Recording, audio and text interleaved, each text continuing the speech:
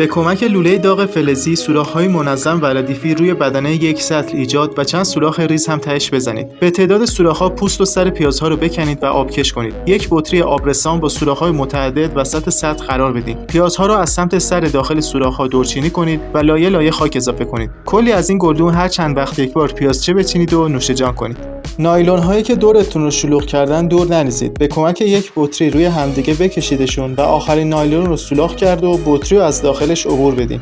حالا به صورت منظم میتونید ازش استفاده کنید. از پوست بدن تمساح‌های بالغ پرورشگاهی چرمی زینتی تهیه می شود. سپس از قسمت میانی و کمر آن که محکم و ضخیم‌تر می باشد برای تولید کمربندهای لوکس استفاده می شود. یک جفت پیچ و مهره که ما بین آن تکه سیمی مسی قرار دارد به همراه شمعی روشن روی درب ظرف شیشه‌ای نصب و محکم ببندید. این عمل باعث میشه اکسیژن از می رفته و سیم آتیش نگیره و با اتصال باتری لامپتون فقط نور منتشر میکنه.